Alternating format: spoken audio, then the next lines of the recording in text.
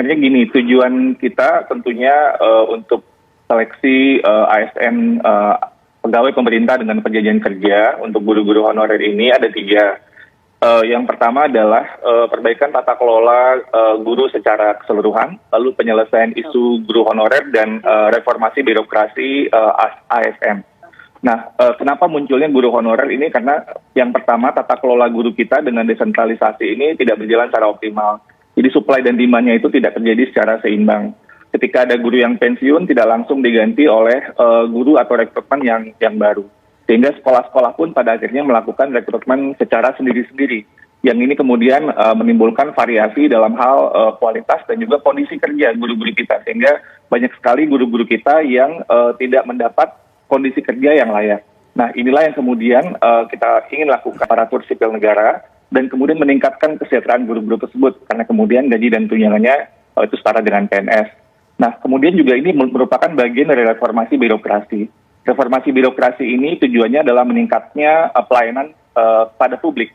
Dan inilah yang kemudian dalam konteks guru, maka sesuai dengan Undang-Undang ASN nomor 5 tahun 2014, maka peningkatan kualitas layanan publik dalam hal pendidikan ini adalah layanan kepada murid-murid kita. Kita ingin kualitasnya tetap terjamin demi kepentingan murid-murid kita karena tantangan pendidikan saat ini dan mendatang ini sungguh luar biasa. Jadi inilah yang ingin kita lakukan juga, supaya secara kompetitif sistem pendidikan kita bisa terus lebih baik dan menghadapi tantangan zaman yang kita hadapi. Iya. Pak Iwan, tapi kalau tadi nampaknya Bu Sri dari Blitar kok menyampaikan ibarat saya itu sudah 25 tahun menjadi ASR begitu, kok kayak tidak ada apresiasi yang didapat dari pemerintah. Ikut P3K untuk menjadi lebih layak dengan profesi guru ini kok ya susah juga. Afirmasi sudah ada tapi teknisnya kan juga susah ini Pak. Baik, dalam hal penyusunan soal kita telah melibatkan tentunya panel ahli substansi terdiri dari dosen, guru, dan praktisi di setiap mata pelajaran dan juga hasil uji coba empiris yang dipandu oleh tim ahli praktisi untuk kemudian menjamin bahwa setiap peserta tes yang dinyatakan lulus memiliki pengetahuan yang minimal yang dibutuhkan untuk menjadi guru aparatur sipil negara.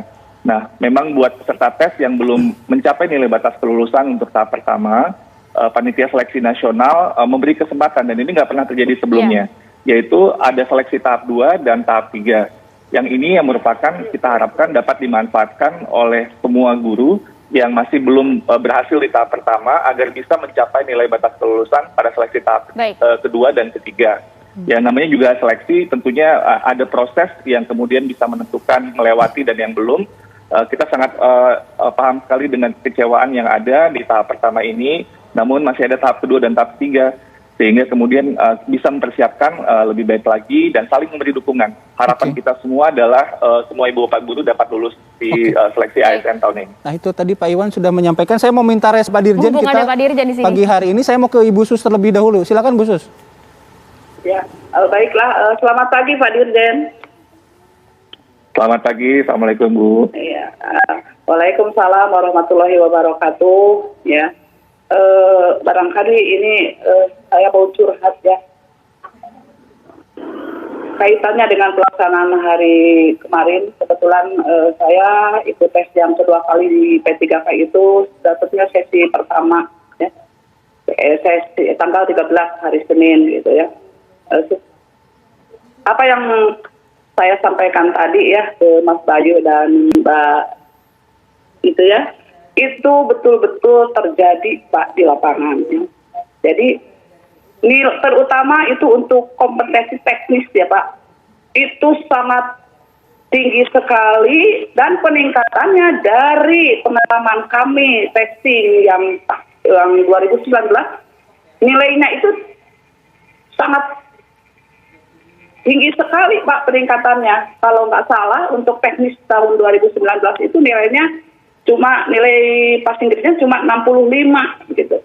Sementara sekarang saya aja yang guru BK passing grade-nya itu 285 Pak. Jadi di teknis itu hampir semua, bukan hampir semuanya itu tidak ada yang passing grade, Pak. Bu Sus, jadi apa yang ingin diminta ke Pak Dirjen mumpung saat ini Jadi ada Pak Dirjen? ya betul, saya minta ke Pak Dirjen ya, tolonglah luluskan saja Pak yang testing semuanya itu, yang honorer, yang K2, apalagi K2 itu cuma 84 orang itu di Jawa Barat Pak. Cuma 84 orang, kemudian juga itu sudah ada yang meninggal satu sebelum tes Pak. Dia meninggal sebelum pelaksanaan tes, dia sudah meninggal, yaitu dari Kabupaten Tasikmalaya, Pak. Sudah ada yang meninggal. Baik. Dan tolonglah luluskan saja. Tolong, terutama tolong sampaikan salam saya dan keinginan saya. Kami semua guru honorer ya dan K2. Tolong sampaikan harapan, keinginan, ya, penghargaan atas pengabdian kami guru honorer dan K2 kepada Mas Menteri. Tolong sedikit saja nurani untuk kami ya, karena tidak akan ada Pak Dirjen, tidak akan ada menteri, tidak akan ada presiden, tidak akan ada pengusaha tanpa kami guru honorer. Baik, silakan Pak Dirjen. Jadi angkat saja itu. Ya baik. Semua luluskan saja. Ya. Angkat jadi P3K. Oke, baik. Itu tadi sampaikan Bu Sus. Sebelum Pak Dirjen menjawab nih, saya mau ke Bu Sri. Kalau Bu Sri gimana Bu Sri? Halo, ya. Assalamualaikum warahmatullahi wabarakatuh, Pak Dirjen.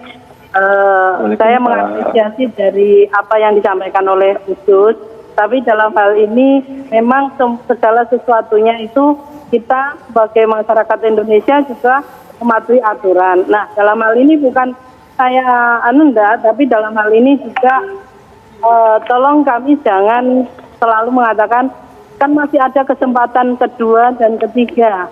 Kami ini sebenarnya sudah sangat capek Pak dengan kondisi kami di lapangan. Kalau kami harus katakanlah harus bersaing dengan mereka yang muda dalam hal ini, mohon maaf terkait kemarin soal ujian kemarin itu saya guru bahasa Indonesia, di sini pelajaran bahasa Indonesia soalnya kayak koran Pak, mohon maaf.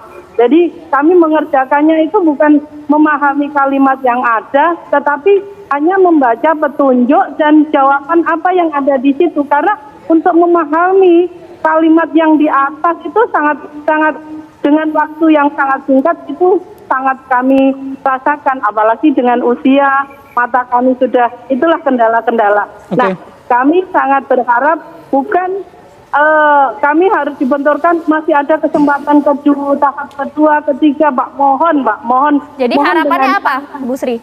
Harapan kami, tolong paling tidak, kalau memang grade-nya itu, saya berharap grade itu turun, Pak. Paling tidak ada turun, katakanlah 30%, itu satu. Kalau itu ada afirmasi, teman-teman ini ada afirmasi, katakanlah K2 itu ada 15%. Atau mungkin yang usia 35 ada 30%. Ada toleransi di sana lah ya Bu Sri? Itu ada toleransi gitu loh. Dengan pengabdian kami yang selama ini sudah tidak ada belum ada perhatian sama sekali. Contohnya saya sudah 25 tahun.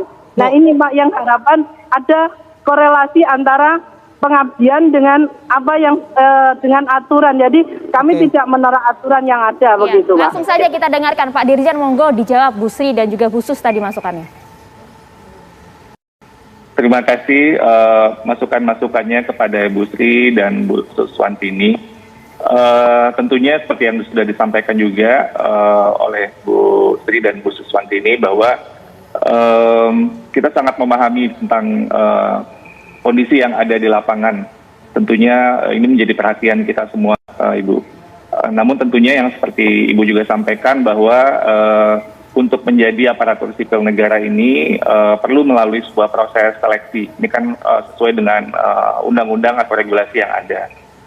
Nah, pemberian afirmasi berupa bonus nilai ini kepada non-ASN yang berusia 35 tahun ke atas dan juga untuk guru honorer PHK 2 ini tentunya sudah kita khususkan karena sekali lagi kita ingin yang ini sebelumnya tidak ada dalam seleksi ASN sebelumnya dan kemudian kita berharap tentunya dengan kesempatan yang lebih banyak pada tahun ini kita pun juga bisa memastikan bahwa guru-guru kita bisa memaksimalkan kesempatan yang ada ini.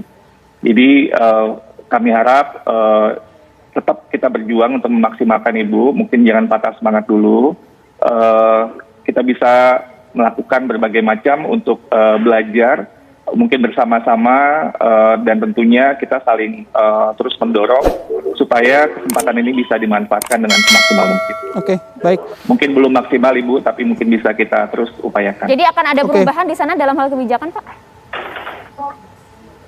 Seperti yang saya sampaikan, kita tetap memaksimalkan tahapan yang ada pada saat ini sesuai dengan apa yang sudah ditetapkan oleh Panselnas, bahwa ada tahap kedua, tentunya kekecewaan ini di tahap 1, harapan yang sangat besar tentunya itu kita sangat pahami. Tapi kita ingin terus mendorong untuk bagaimana bisa untuk memanfaatkan kesempatan yang ada pada tahap 2 dan tahap 3 dengan sebaik-baiknya. Oke, baik.